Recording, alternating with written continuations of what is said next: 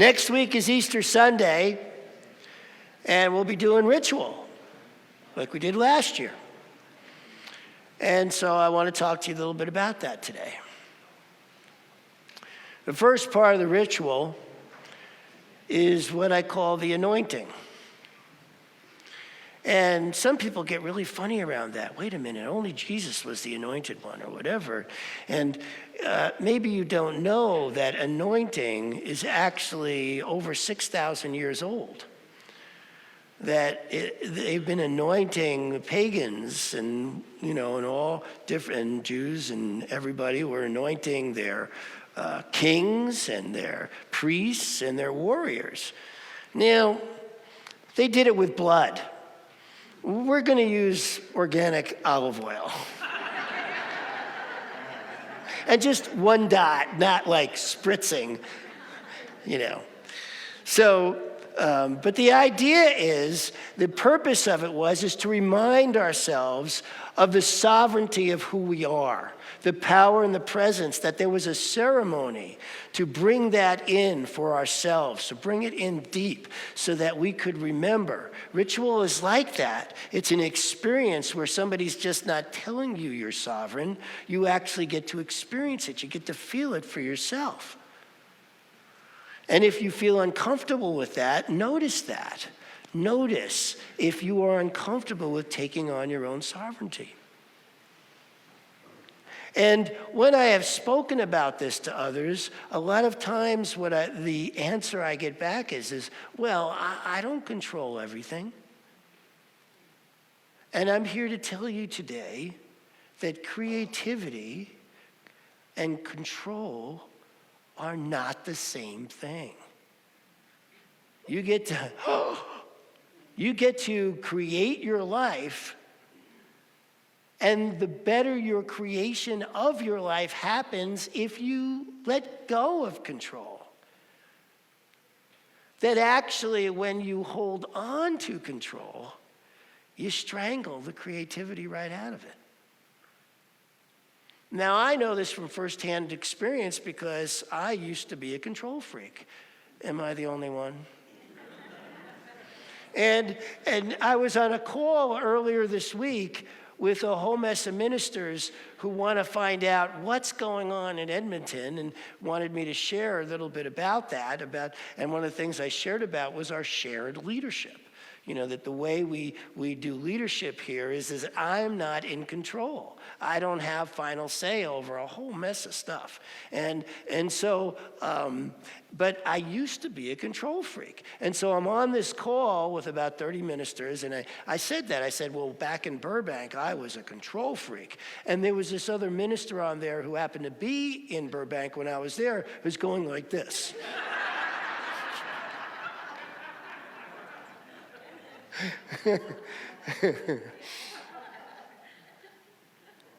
And so, confirmation, I was a control freak. And that was so funny when I was offered the job here, right? And they're saying, we have a shared leadership model. Are you okay with that? And I was thinking how much I must have changed, because instead of going, am I okay with that? I was going, that's thrilling. The idea that I am not responsible for everything, which is the case when you're a control freak. You wind up being in charge and responsible for everything. And so you're freaking out and you're stressed. Or am I the only one that's happened to? Right? It gets into you. It drives you nuts. And now that's not the case. Now I get to really enjoy the fact that there's all these people. Sometimes, I have this idea, and I have this idea, and I think we're going to do it this way. And so, but sometimes that old control freak part of me, rears its ugly head, right?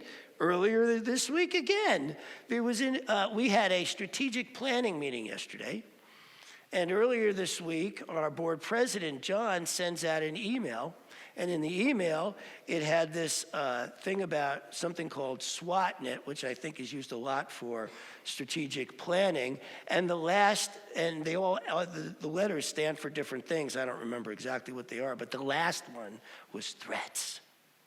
We have to look for threats. And I was like, oh, that's not good. I am threatened by that word threats. And all of a sudden, my back is up, and I'm going, I got to take charge of this. I got to take control of this. Oh, I can't have this. We can't have threats here. We talk about opportunities, not threats. That isn't okay. And I got real about it.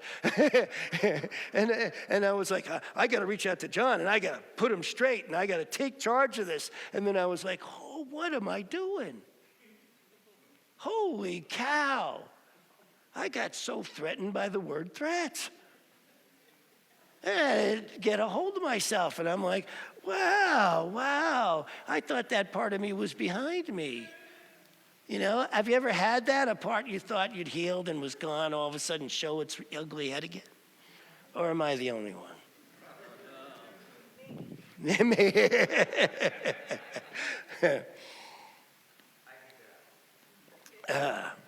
So I sat with myself, got myself clear long before I even called John. And then we got together, and I started out by letting him know, I get that I don't have say here, and how this, I'm just here to have a conversation, and that however this comes out, I'm supporting you totally in whatever you do. And then John said the most beautiful thing. He goes, our friendship is way stronger than anything that happens in this conversation. That however this goes, we'll probably go skiing tomorrow. We did yesterday. We went cross-country skiing. It was a little rough out there. There's some green patches. I didn't last near as long as John would have liked, but I did the best I could. But the conversation was beautiful. And then yesterday was beautiful. And all that gets to happen because I was able, and there was no tension. Because doesn't controlling things create tension? Because when you step in to wanting control, whoever you want control over, or the people involved in that situation, they're then defensive. Like immediately. And then you have this us and them situation. You have this thing of conflict that's there that didn't have to be there if you were able to get beyond the fact that creativity has nothing to do with control. Nothing. That's the beauty of it, right? Several weeks ago, I spoke to you guys about, I don't know, maybe it was several months ago at this point, about sailboats and coming into shore, and how you have to tack back and forth. You don't get to come in straight line. If the wind is blowing away from shore, you have no control over that wind. None. What you do have control over is yourself, which is the boat, and how you navigate that. So in a way, creativity is a great navigational skill. When we learn to navigate, we don't get to pick the cards that were dealt, but we certainly get to pick how we are being in that, and that is where our sovereignty is. Once I got to that place of, wait a minute, how success, the success of this center is not based on any one thing or anything I need to control. We're all in this together, and we're all looking to grow something beautiful here, aren't we? This isn't me, it's a community. This isn't about me, it's about us. Norm said something fantastic. We had dinner with Catherine and Norm the other night, and Norm said something that was beautiful and perfect. He said that we don't only have shared leadership here, it's deeper than that. We have community ownership. And I thought, yes. This is not about one person controlling anything. It's about how we're working together and evolving this organism, this part of life, this evolution that we're creating here together. Now imagine taking that idea into your personal life. I do every day. I imagine what that's like in my personal life, not just my life out here with you guys. That sovereignty, that knowing, that power, that presence. You know, I realized I was telling Ash yesterday, in fact, I busted out crying about it. I was just thinking how lucky I am, how lucky my life has been with all its ups and downs and everything. I've been led the entire time. I was thinking about how worry is one of the things that gets us to want to control, right? When we're worried, we got to take care of that. And I was lucky enough in my early 20s to be with a elder who said to me when I talked about worrying about a friend with cancer, she looked at me square in the eye and she goes, "She can't use that kind of energy." I got that lesson that early. And that's followed me. Now, has that meant I've never worried about anything? No. But it means I had the means to remember. And that's what makes something like anointing so important, just to give us an opportunity to deepen our remembering, our knowing that we don't need to worry, we don't need to control. We absolutely are powerful, creative, spiritual beings with a sovereignty over what we create in our lives, no matter what the circumstance. I've heard people talk about how, well, I need to balance the physical form of things and my spirituality. I need to balance them. And I want you to know, no, that's not how it works. I'm a boots on the ground guy. I like getting stuff done. Does that mean we don't actually do stuff? If you're a spiritual person living a spiritual life, you're still doing stuff in physical form. You're just doing it with a consciousness of knowing that you don't have to worry about it. You don't have to control it.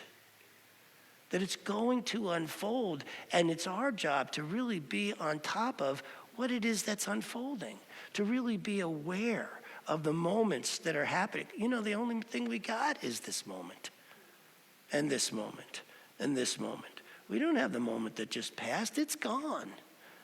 So how good are we at developing the skill of being present here and now? Because the more we develop that skill, the more we get to be sovereign of what we do next. And have what we do next not based on anything except our own sovereignty. And when that happens, life does things you never expected. People call them miracles. That awesomeness is available to us all the time. All the time. No matter what the circumstance. I've been, I say I've been lucky, and it's because I got to experience this in my own life and death situation in July, when the doctor said, I needed to make a choice and make a decision about what kind of care they were going to give me, because as far as they were concerned, I was a dead man. If I didn't do what they said, I was going to die. And my soul said, no, don't do what they're going to say. Make a stand about this, and here I am before you. So I have experienced, what I'm bringing to you is that I have experienced getting deeper with ourselves to a place where there are no wrong answers, where you don't have to worry, you don't have to be, controlling about it. You just have to be solid with yourself. And life takes care of that. Ash was saying to me yesterday when I was talking to her about, feeling lucky about all this. She said, you're not lucky. You've always just made a stand for yourself. And in that stand, it has guided you every step of the way. And that's what I bring to you. That's why sovereignty is important. Because life is going to offer you all kinds of reasons not to be true to yourself. Almost every day. In fact, almost every moment. And so it's a constant thing of, this is who I am, this is who I'm being, and this is my deepest self. Making sure that I'm not, getting lost in my logic, getting lost in the thoughts that spin, getting lost in what common sense is. Because the common sense was not the choice I made in that hospital that day that still has me standing before you today. And I'm not saying throw out the baby with the bathwater. That common, never use common sense or whatever. I'm just saying, always check in. As I've said 100, and I'll say it 100 more times. Our minds, our ego minds, are great servants, but they make horrible masters. And most people live with letting their ego minds be the master. Logic, be the master. Now, I use logic all the time, but after I have checked in with my deeper part, that makes the choice, then my logic fills in the details. That's using your logic as your servant, right? Once I choose to turn left, my mind kicks in and goes, this is how you do it. You turn the wheel this way. That's using your mind as a servant. If your mind's saying you should turn left, that's using it as the master. There's a difference. And that difference makes the huge difference of whether your life is good, terrible, or awesome. It really is. I mean, I'm amazed. And I realized yesterday that this is all I got for you guys, is my own amazement at what's possible when we get beyond our ego minds, when we're willing to listen to something deeper. Some people call it intuition. I call it soul's intention. I don't care what you call it. But I'm telling you that I have experienced a life continually and in growing number where I no longer experience shame. My days are filled with wonder and awe in a way that, and things happen all the time, that it just astounds me. And I want that for you. I want that for every one of you, to experience that. That's why I'm teaching this class. I'm going, here's a class where you can start to learn this stuff. And I've been on this path a long time. I was mentioning to Ash this morning that maybe there is such a thing as destiny. I don't know. In my 20s, I just had all these, starting around 18 actually, I had all these different teachers who have taught me all along the way that have led me to here. It was like, and I've always followed that path because it was obviously always in me to do this, whether I knew it or not. There's something in you. Every one of us has a treasure to bring forth, a gem, a jewel. Every single one of us. You have a jewel. It's your job to find it, to buff it up, make it shine, right? And it's in the things that you're so drawn to that matter to you anyway, even in the midst of trying to take care of what you think you need to take care of in your daily lives. And I'm not saying don't take care of those things. I'm just saying there's something deeper, and it's worth the journey. And so we're going to start out with anointing so that you can feel that deeper place. And then the second part of the ritual is planting seeds. And I got this friend, Casey, and lives in Southern California. And I was there when I got to see her house shortly after she purchased it. And her backyard was a mess. Oh my God, weeds everywhere. It was just a mess. And it was so bad that I was like, what are you going to do with this? And I saw pictures recently where it is a magical garden. It is the most extraordinary looking garden I've ever seen in my life. What she has done. She has herb plant, medicinal herb plants, spices, vegetables, fruit trees, flowers. I mean, and she has them all set up and there's these little paths that go through her backyard. And oh, it's just stunning, absolutely stunning. And the thing she told me about that is I had no control over this. You plant the seeds, but then you don't know where they're going to pop up. She says, I got stuff popping up. I didn't even plant them over there. Once it's in the ground, once you plant, once you have that seed of your dream and you put it in the ground, it's your job to nurture it. It's your job to love it. It's your job to take whatever next steps, but you got no control over it. But if you try to control it, you'll strangle it. You too can have a gorgeous garden called your life. And so the second part of the ritual next week is we're going to plant seeds. And those seeds that we plant will be the seeds of our dreams. And we'll do that from a sovereign place. And we'll have a little meditation first so you guys get in touch with what dreams you want to plant. What seeds you want to plant for dreams that are going to grow this year for your life. What's going to grow for you this year? What's going to be the magic for you this year? That's what we're going to be looking at next week. Sovereignty, planning dreams. It's a powerful ritual. I hope you'll come join me. I love you very much. I look forward to seeing you there. Thank you.